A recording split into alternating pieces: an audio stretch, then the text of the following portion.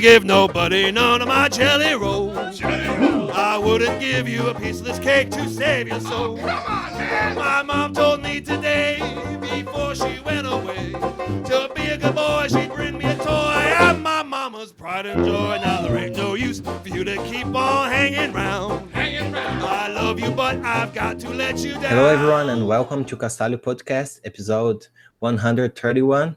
I am Eliezer Rezende, talking from Pouso Alegre, Minas Gerais. Hi, and I am Bruno Rocha, speaking from Guarulhos, São Paulo. So our guest for today's episode is a Neovim maintainer, Vim contributor, and a software engineer. And it is with a great pleasure that we welcome Justin Keys to our podcast. So Justin, please say hi to our listeners. Hi, good to be here. Nice. That's very nice to have you here. And we have a lot of questions today. To get started, we want to know how and when you started as a developer. How did your career started?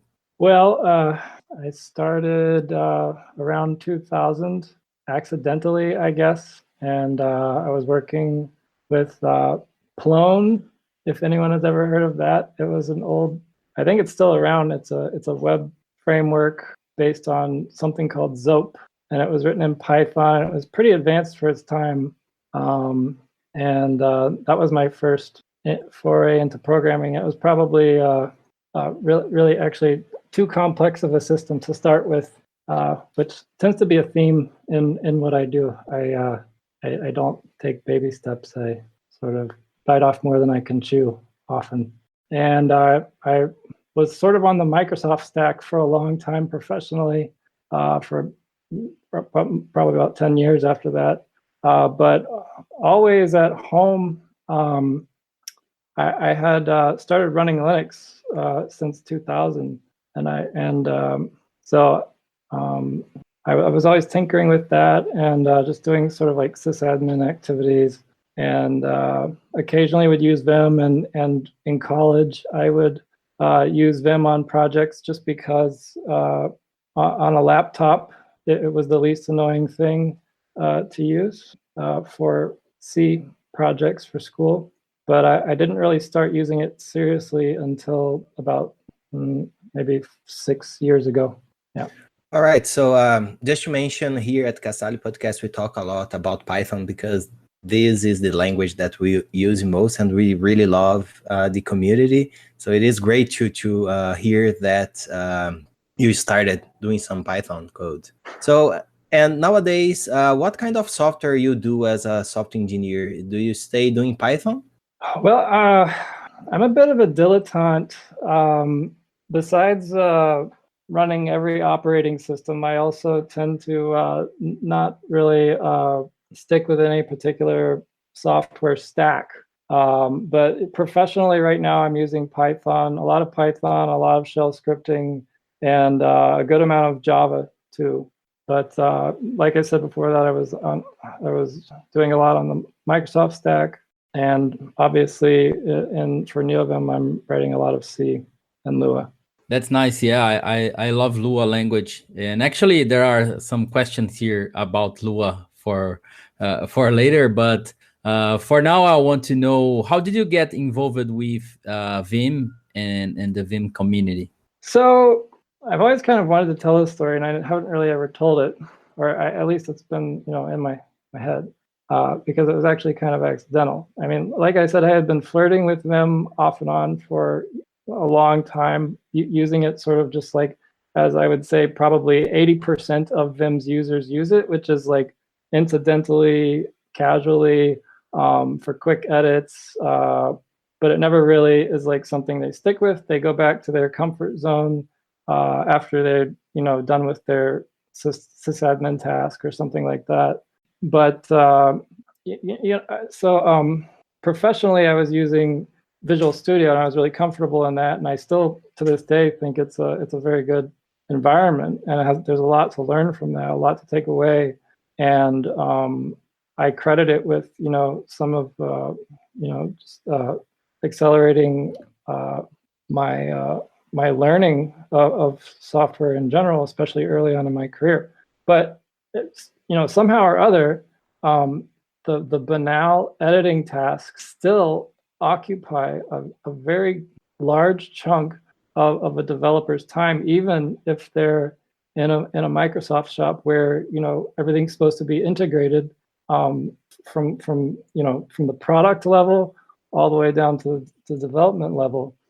Still, you end up editing files that aren't supported by Visual Studio, or like build files or shell scripts. All those things, despite the best efforts of well-paid and very smart people who have been trying to eliminate that from people's lives forever. And no one, and I can tell you right now that in most Microsoft shops, at least the shops that I was in, no one wants to be dealing with that stuff. They don't seek it out. It's an accident, but it still comes up. You're always opening a text editor, or you're using your IDE as a text editor because there's no intelligence for all these different types of file formats, low-level editing tasks. So my point is, and even in an IDE, there are editing tasks which are just really laborious and tedious. And I got really tired of this. I had been developing for 10 years software for 10 years at that point. And, just using like control arrow keys to move around and things like that. I finally just got really fed up with it gradually. And so I was looking for a good text editor that I could just adopt and master for quite some time. And so, for a while, I was really trying to make Notepad++ work for me. I was really trying to make it work. And there were just some things that were really painful about it. But that's the first thing you reach for if you're looking for something open source and you're a Windows developer. I gave up on that. And then finally, around 2012, Sublime Text was had quite a bit of street cred at that point. And I was and I liked it, and it seemed like it had a lot of momentum, which is really important in any stack that you're in, any tool that you're looking at is momentum. And I was about to purchase it, and then I thought to myself, well, before I purchase this, I should probably make a donation to Vim because I still have gotten a lot out of it. So I I donated $50 to Vim at that time.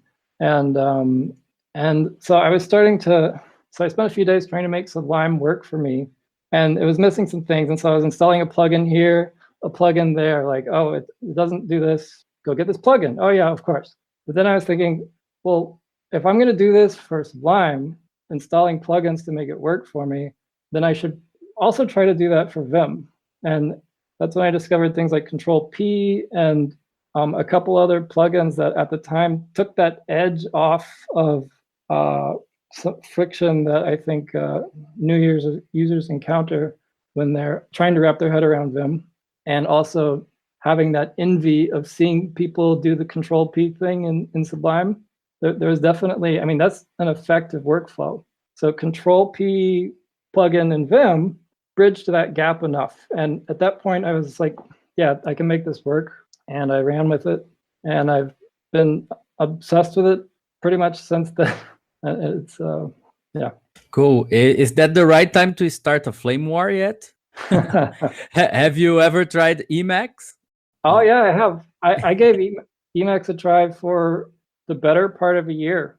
I think around 2013, 2014. And I love Emacs. I think that there's a lot to learn from it too.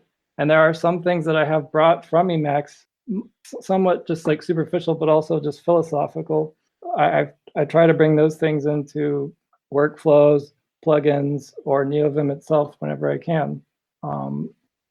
Yeah, but I ended up not sticking with it because you have only 10 fingers. It's difficult to play it with only 10 fingers. That's the problem. Well, I was using Evo Mode, and Evo Mode is a fine piece of software, and I think it's a triumph. And the fact that it's really not much code either is pretty interesting, but it still had some limitations around bindings that I couldn't get past, even after having a good discussion with the maintainer of Evo Mode. He said, yeah, this is just a limitation that you can't get around.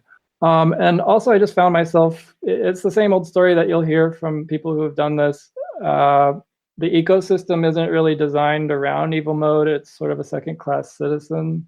And I found myself just doing a lot of work to get the things that I liked from Vim into Emacs. And I started to sort of become convinced of the fact that even though Emacs is definitely more flexible and more elegant than Vim, there's still just like a constant factor that you can get of work that's already been done in the Vim development model, for better or worse, that you don't have the man hours to reinvent that in Emacs, and no one else in Emacs seems to want a lot of these things either.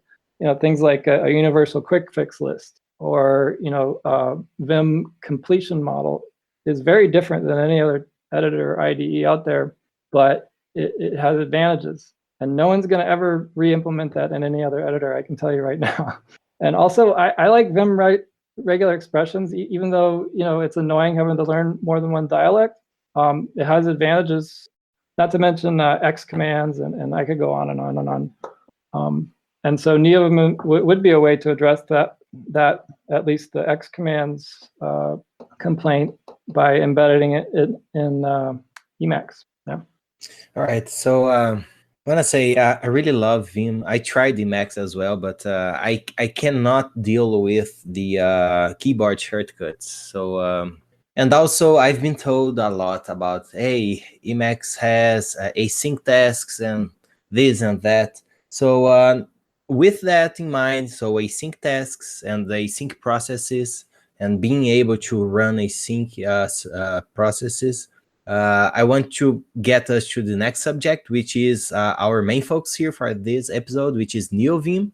Yeah, can you tell us how, when, and why Neovim was created? So we know that it was started, it is a fork from Vim, and it was, as I know, you can correct me if I am wrong. So it was started by a Brazilian, and I think he is now stepped a little bit from the project, and you are the main maintainer. So could you tell us about the history of Neovim, why it was needed, and why it was created, and when it was done? Sure. Those are a lot of questions, but as far as why it was created, I think like most things in the universe, there isn't really that good of a reason. There's a couple controversial reasons that people ascribe to it, and it's true. I was following the Vim development mailing list very, very closely by that time for several years, and but I was also in contact with Tiago de Arruda, the Brazilian that you mentioned, when he first started sort of toying around with his fork of Vim. And I was very excited about it, just because I had been following the Vim development mailing list closely, and it seemed like the pace was, frustratingly slow. And if you look at the contribution graph on GitHub, you can sort of just convince yourself that things were slow for most of Vim's life up until about I would say 2015. And so that was sort of the environment that this happened in. It was just sort of like business as usual, and nothing really was happening.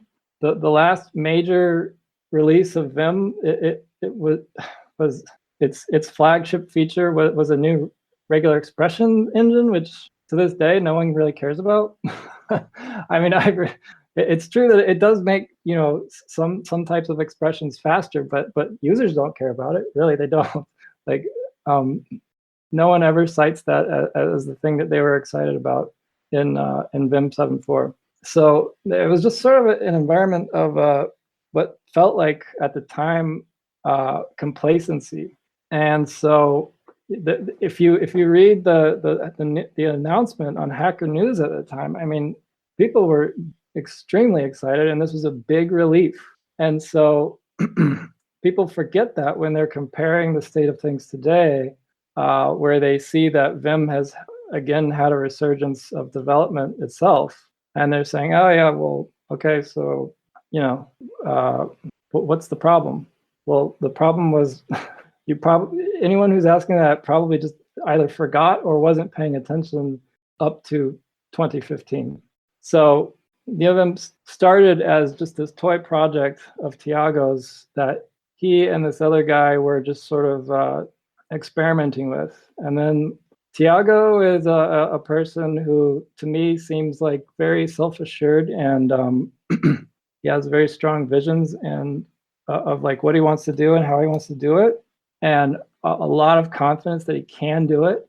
And so, probably very few other people would have had the drive to decide that they're just going to announce a fork and try to get funding for it and actually do it.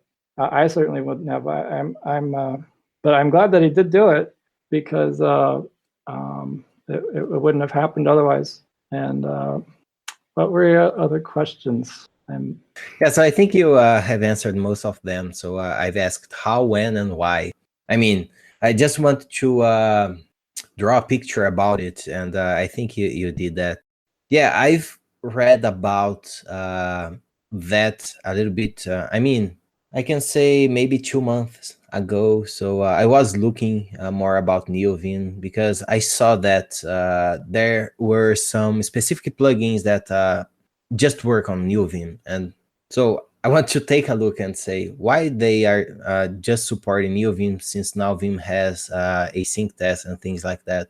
So I know that Neovim had offered that for a long time, more than Vim itself, and it seems that now only some plugins are migrating and supporting both. So yeah, I mean, it was great. By the way, I've been using Neovim on day-to-day work for maybe a month and a half from now. So I did the change. So yeah, I will save that for later, and we'll let Bruno ask the other question. Okay, yeah. The next question is to continue what you were talking about the Brazilian guy who is the founder of the project. Is Tiago still active on the development, or I assume that you are the lead developer now, the lead maintainer? I'm the lead maintainer, that for sure, and all that means is that I do the boring work. I'm certainly not, I wouldn't call myself the lead developer. There are, much better developers working on it than I. I do what I can to fix, bugs and add features that I care about. But I wouldn't say there's several people that are just sort of leading design and development and in the areas, subsystems that they sort of have adopted. So which is great, because that's sort of, a much, it's a degraded form of the Linux model, where, you have people who just sort of know their own subsystems. I try as much as possible to know as much parts of the system as I can, but it's going to take a long time to get to a mastery of the whole system. And so it's not like no one is really siloed, but people have their favorite parts that they work on and that they are comfortable with. As far as Tiago goes, I talked to him about a year ago, and he said that he was planning to start working on the project again, but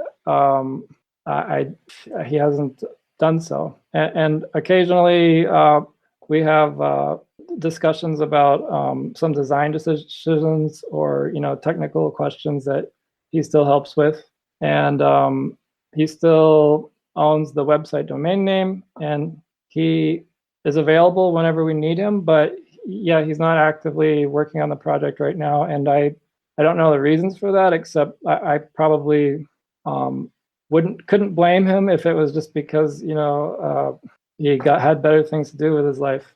It's hard work, and it's not always fun. I can imagine. So, what are the key difference between Vim and Neovim? And I saw a couple related to community, as you mentioned, how the development process works, the code base itself. So I will let you tell us a little bit more about some of the points that you think they differ. And we know that Neovim supports most of, or if not all, features that Vim currently supports, right? That's the goal. And if you run the tip of Vim, then obviously there's going to be patches that we haven't caught up to. But we are constantly tracking that and merging back features that are relevant and bug fixes. So within that margin of error, yes, we Neovim is a superset of Vim. Things have gotten a little bit more complicated for the user who is trying to compare the projects now that Neovim has its own flavor of job control, which is superficially different but not meaningfully different. Vim has its own flavor of job control. Vim has its own flavor of the terminal, which is also superficially different but not meaningfully different. So the conversation has gotten more noisy there, less clear cut. But Neovim still has a bunch of minor and medium-sized features that Vim definitely doesn't have, and it also has some very major features that Vim doesn't have, such as the API. It's a very powerful API that is easy to hook into from external clients using any software stack. Like there's a Haskell client, there's an Erlang client, Elixir, you name it. Clojure, JavaScript. JavaScript client is being used to implement one of the best, most mature, most impressive Vim UIs out there, which is OniVim. I'm really impressed by that project. They've come a long way, and it seems to have a lot of momentum and excitement behind it. And I'm actually excited about it. I haven't been particularly stumping for any one UI here or there, because I think they all have merits, and but they also have different pros and cons. So the benefits are sort of becoming a little bit more abstract now, like or maybe a little bit more indirect. So there's no longer like this killer marketing feature that people can say, oh yeah, Neovim is so much better because it has job control or it has a terminal. No, Vim now checks off both of those checkboxes. So this is kind of like in politics. It's called co-opting the message. Neovim's message was, job control and terminal. Those are two things you can say in like one breath. And now Vim co-opted that message. But if you look at the feature list, which is in the Neovim help document, there's a ton of other features there that I think are cool, but it's hard to just verbalize, in an elevator pitch, one particular killer feature. Although there is a very exciting feature coming up. There's a couple of very exciting things coming up. One is extended marks. Another is multi-cursor. Another is multi-grid, which Bjorn Lins is working on, and floating windows. But as far as like convincing people to use Neovim, I don't really care to ever try to convince anyone to use it. I always like to just take the approach of if people don't want to use it on their own, why is that? I try to ask why that is and what can be better about it. And if you're fine with Vim, there's really no reason to use Neovim. Like it sounds kind of philosophical, but it's really hard to make the case that you should use something else if you're happy with what you have. So can you tell us a little bit more about, how Vim and Neovim are developed? How both projects accept contribution? I can tell I I was able to find a typo on Vim 8 release notes, and then I saw my first opportunity to contribute to the project, and then I submitted a pull request. But I wasn't happy because my name wasn't on the contributors list. So can you tell us a little bit more about that? Well, even with Neovim, you probably won't get on the contributors list just for a typo, because we don't want, just minor typos to be in the Git logs, because then the Git logs would be too long. But the development model is more spread out. I hope that we can continue to spread it out even more. Like, I still think that I'm too much of a bottleneck, but there's definitely fewer points of failure than with Vim, but that's kind of just, not setting the bar high enough. So Vim's development model is you send patches, and Bram will merge them locally, and then he runs some personal script that no one has ever seen, which then creates a commit message. But he doesn't really care about, how can I word this? He's not really interested in like the minutia of like VCSs. Like even when he was using Mercurial, he didn't really. He just uses like commit. That's it. That's the only command he used, I guess. And maybe branch. I don't know. But so the script that he has that makes a commit in Git, it does not change the Git listed author. Since you mentioned having your name in the credits, but so that's why every commit looks like it's authored by him, although your name will be mentioned in the commit message. So for Neovim, you send a pull request. Hopefully it gets reviewed by interested parties. If it's a subsystem that someone is really familiar with, they'll review it and they can merge it. There's 18 people in Neovim that have permissions to commit directly to the master branch and to merge PRs and to reject PRs. But I still would like it to be more spread out, and the only way we can really do that is to somehow make it easier for people to get involved in the project and then keep them around. Yeah, but it's hard because I'm gonna blame it a little bit on C. I think that C just scares people away, and there's just fewer developers out there willing to deal with it. Yeah, so he write it in Rust. Yeah, that's the new hype.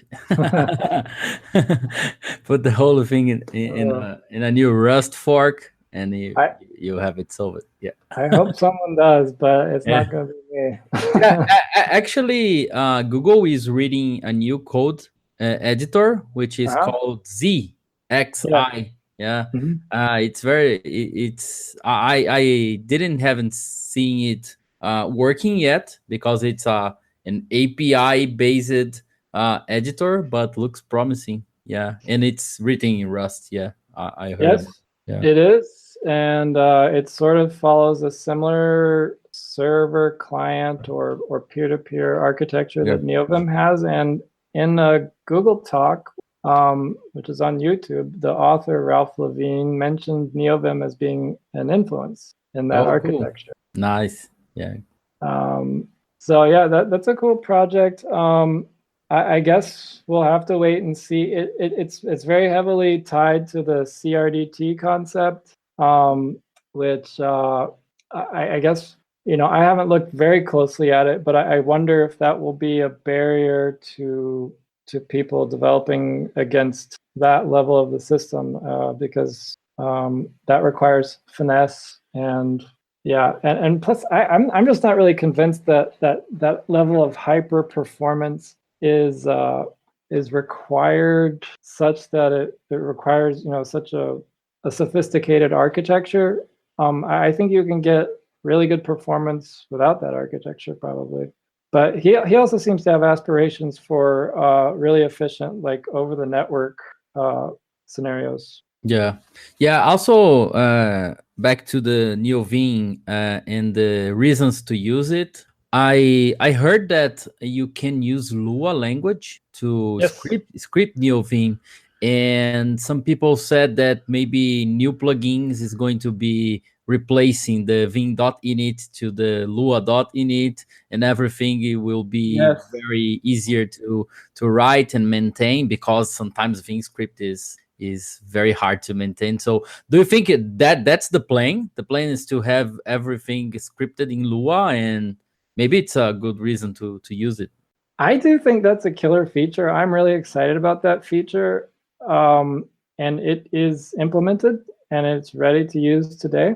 But it's also kind of it's not like a big bang feature that is like delivered to users, and it's going to take several years to ramp up sort of the ecosystem so that there's like mature tooling around it. But it's already really exciting because just on a most basic level, for example, Lua is parsable. Vim script is not.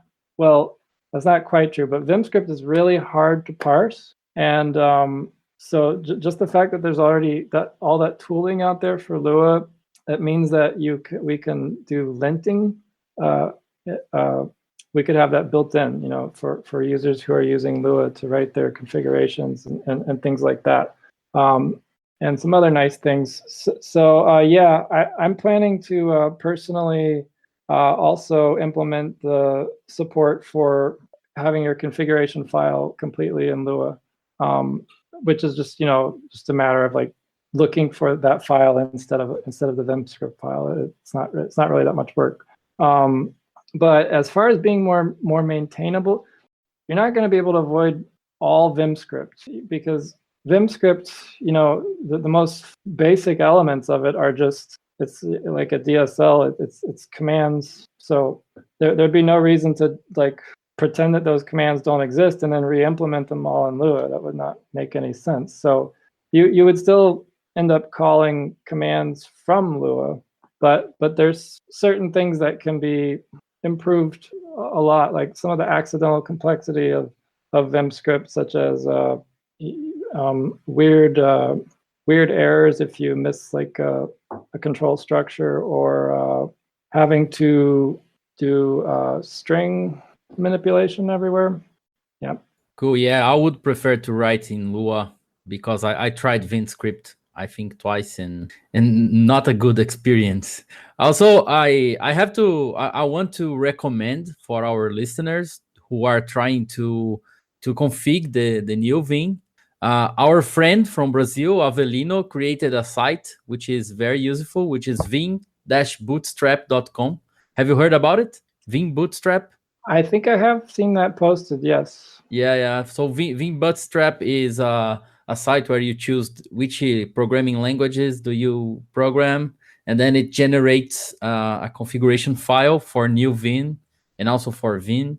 And then I don't know exactly, it puts all the plugins in a bundle installation.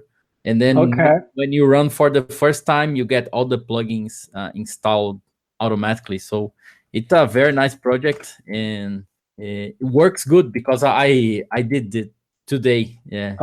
Just before we started, I configured the Neovim for Rust, for Lua, for Python, and work it good. So I hope they add support for generating a Lua configuration file. That would make it really easy for people to get started with that. Yeah, instead of just having to do it all yourself.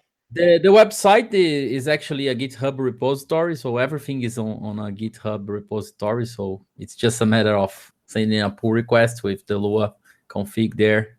That will be fantastic. I'll put the link here on the chat for people on YouTube, and we put the link on the show notes for people listening after. Okay. Nice. All right, so we talked about the current state of the project, and I would like to know what are the future plans for the project.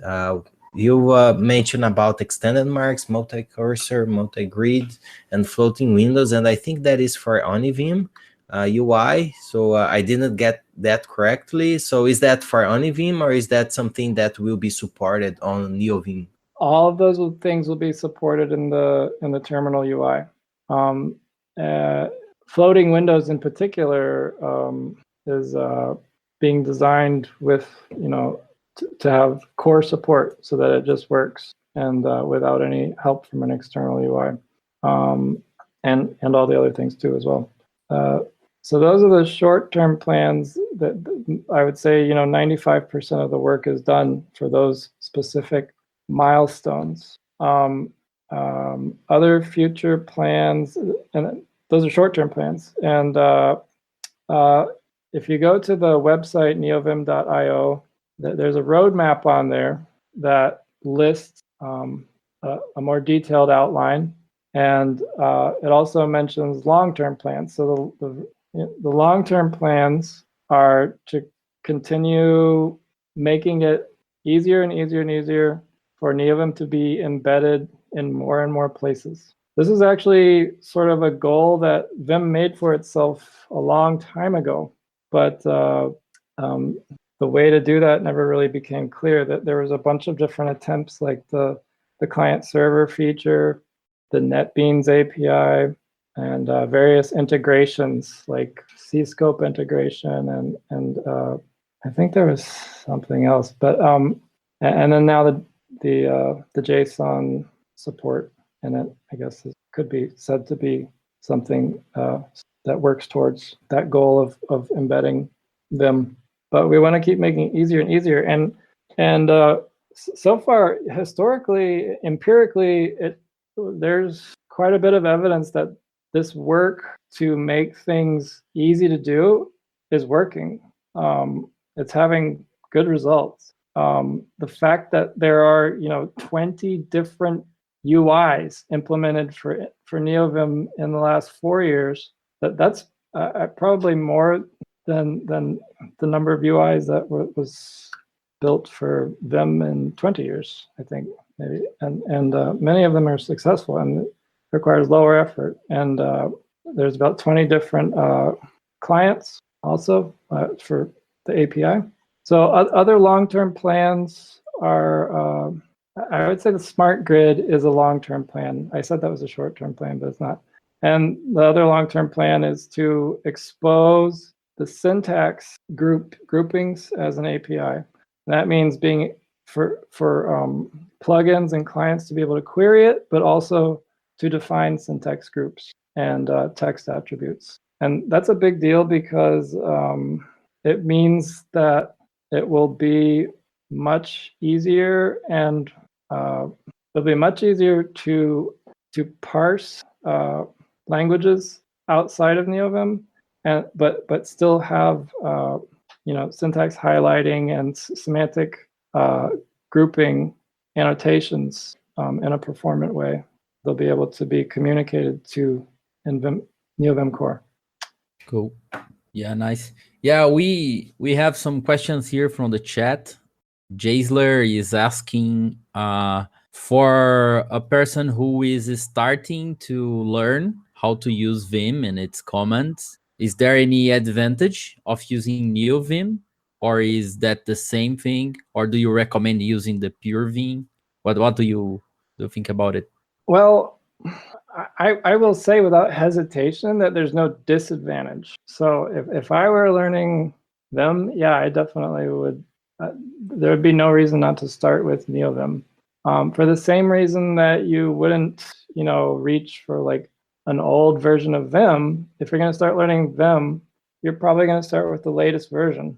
And if you run into a feature that doesn't exist on an older version and you like that feature, I mean, you haven't been harmed by the lack of that feature in an older version. So, there are going to be some things that are nicer in Neovim, but if you get used to them, you might miss them if you go to use Vim. But it's not going to handicap or prevent you from using Vim effectively. I hop on, servers that only have Vim all the time, and I am able to use it just fine.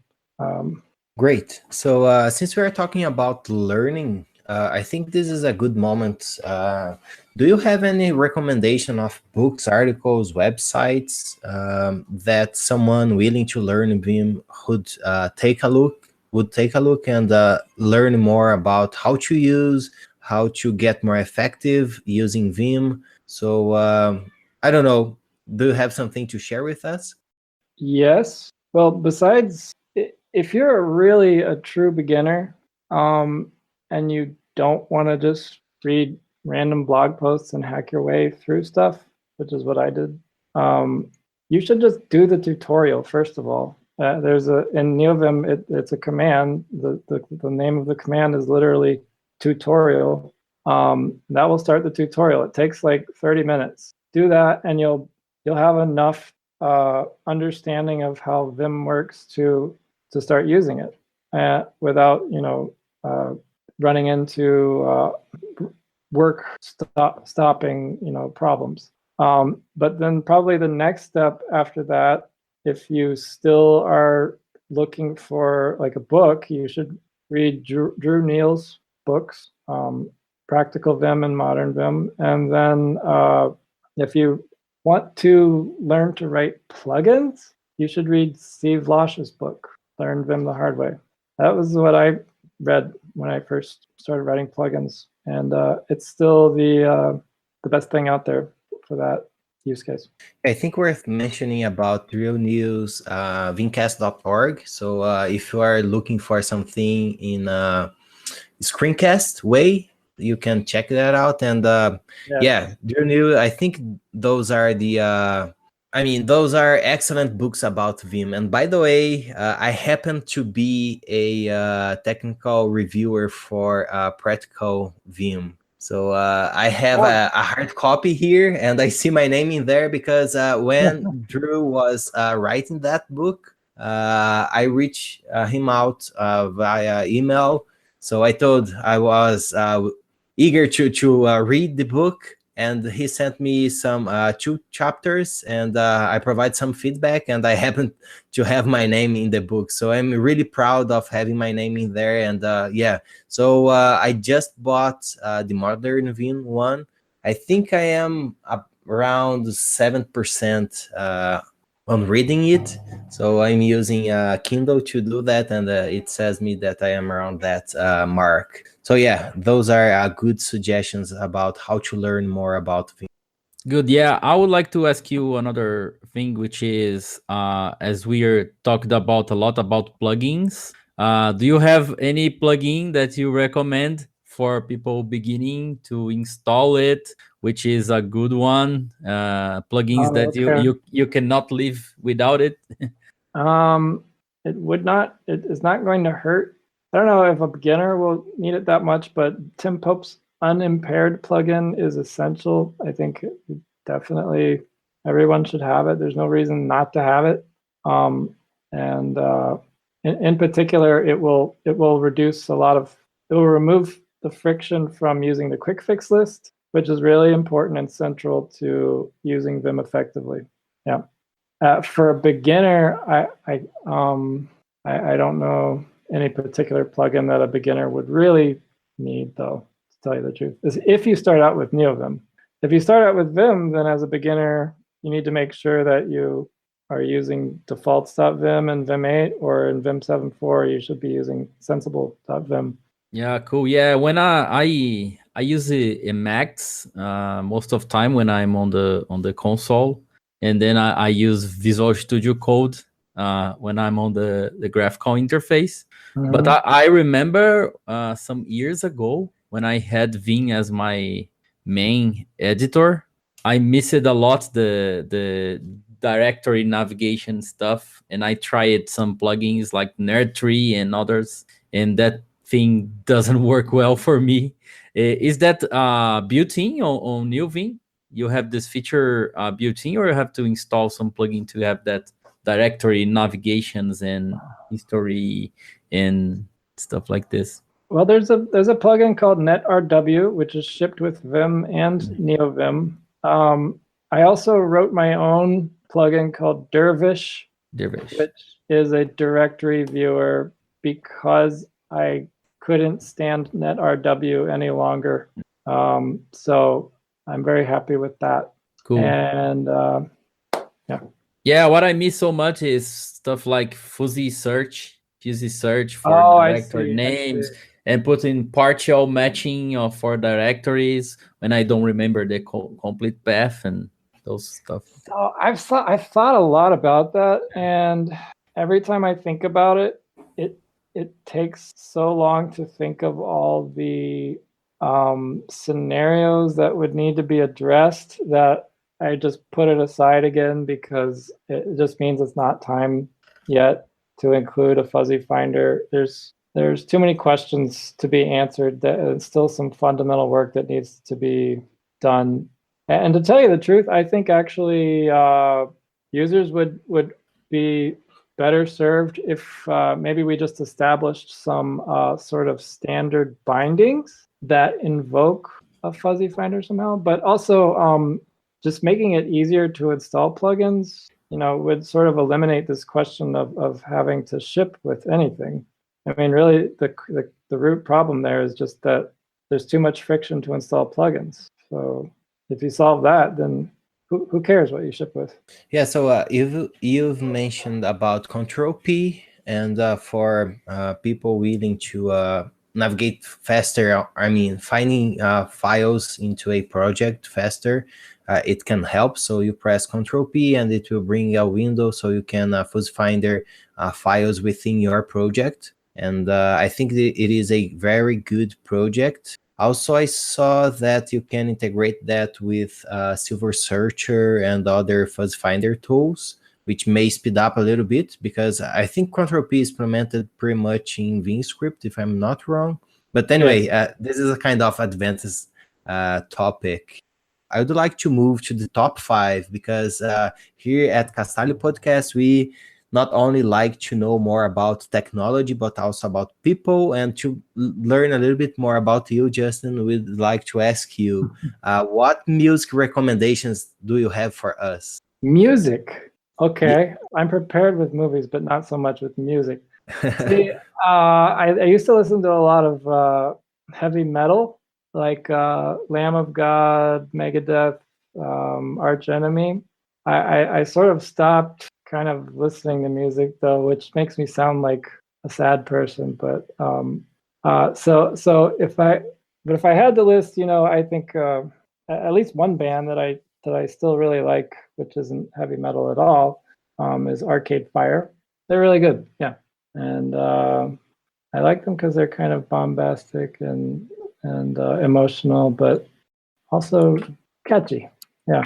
Other than that, I had a hard time coming up with music really that I'm into these days, just because it's not really a part of my life these days for some reason. Okay, which says a lot about me. So in a way, it is a good question. Yeah, that's a very nice list. I love Arch Enemy. Is one of my favorite bands with the old vocalist Angela. Love that band. It's a good band. So.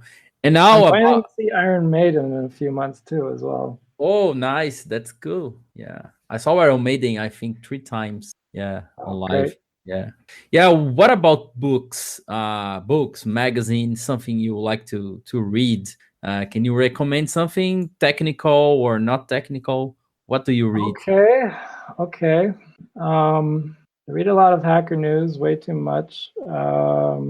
A book that always stuck with me was 1984, and I also read quite late in my life The Godfather, and I ended up liking it probably 100 times more than I expected to.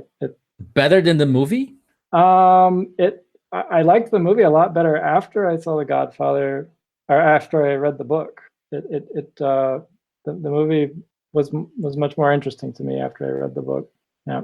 I'm very interested in informal power structure, and well, actually, I guess just any power structure. But I think the mob is that you can draw from that how human systems organize themselves, but there's also some interesting psychological stuff in there. I don't know if it's pop psychology or what, but Mario Puzo had me convinced. All right, so those are the only books that came to mind for me. Those are good suggestions. So we saved the section we were waiting for last. So tell us about movies or series, whatever you like to watch. Okay. think Blade Runner and Apocalypse Now are definitely high on my list of favorite movies, and maybe Total Recall as well. I'm kind of a morbid person, I guess. Yeah, that's all good movies. So you like the two versions of Blade Runner? No, the No. second one was garbage. Yeah, I know that. I have a lot to say about that, actually. I'm so glad you asked. I was waiting for. I was looking for random people on the street where I could just like shake them and tell them how much Blade Runner 2017 sucked. Yeah, It was literally the same movie, and just like they came up with like some story that basically it was the same pacing, the same tropes, the same arc, the same settings, like locations. Yeah, I felt the same with the newer Mad Max, because I hated that movie. Oh, really? People was saying that it was awesome because of the special effects and stuff like this, but for me, it's not like the old Mad Max. Yeah.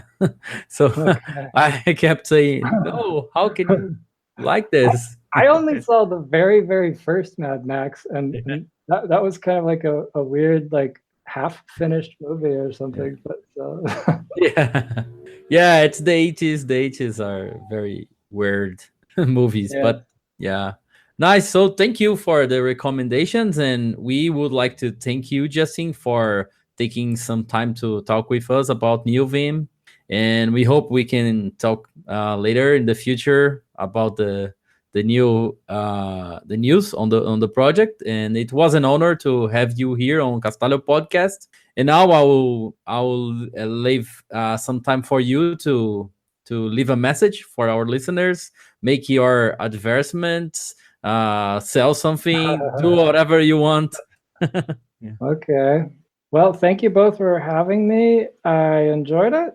I'm always happy to talk about Neovim and give my opinions on anything else to anyone who will suffer them. And as far as the advertisement goes, anyone, we're always looking for more developers on Neovim, and please check it out, because we've done a ton of work to make it easy to build, easy to get started, and that's it. All right, so I'd like to thank everyone that have joined us live here. So the questions we have here on the chat, and there are some people interested on learning more about Vim, maybe Neovim. So we recommend you to go straight to Neovim, because it offers a lot of good stuff. Also, please don't forget to follow us on Twitter, Facebook.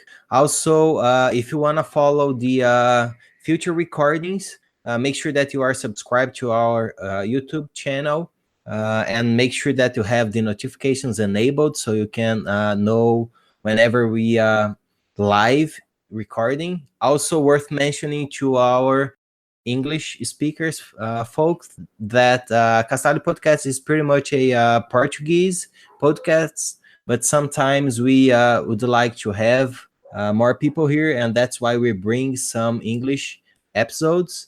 We have a tag that lists all the episodes we have in English, so we are going to leave that on our show notes. So go to our website, castalio.info, and check it out. So again, thank you very much, Justin, for joining us here. It was a pleasure and an honor to have you here with us.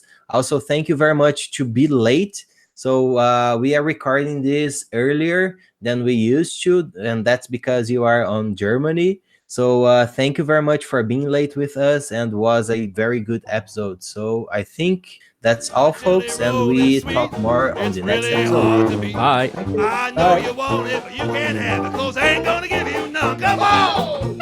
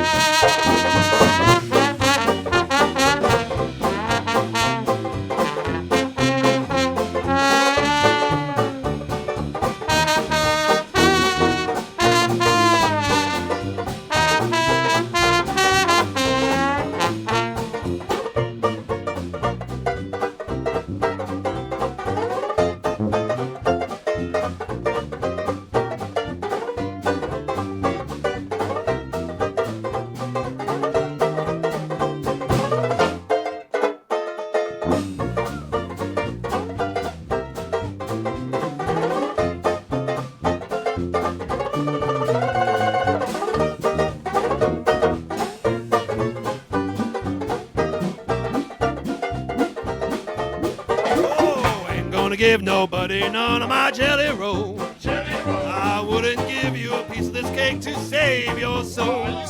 My mom told me today, before she went away, to be a good boy, she'd bring me a toy. I'm my mama's red hot boy. Now there ain't no use for you to keep on hanging round. I love you, but I've got to let you down. Oh, Lord, your jelly roll is fine, but it ain't as good as mine. I know you want it, but you can't have it, 'cause I ain't gonna give you none.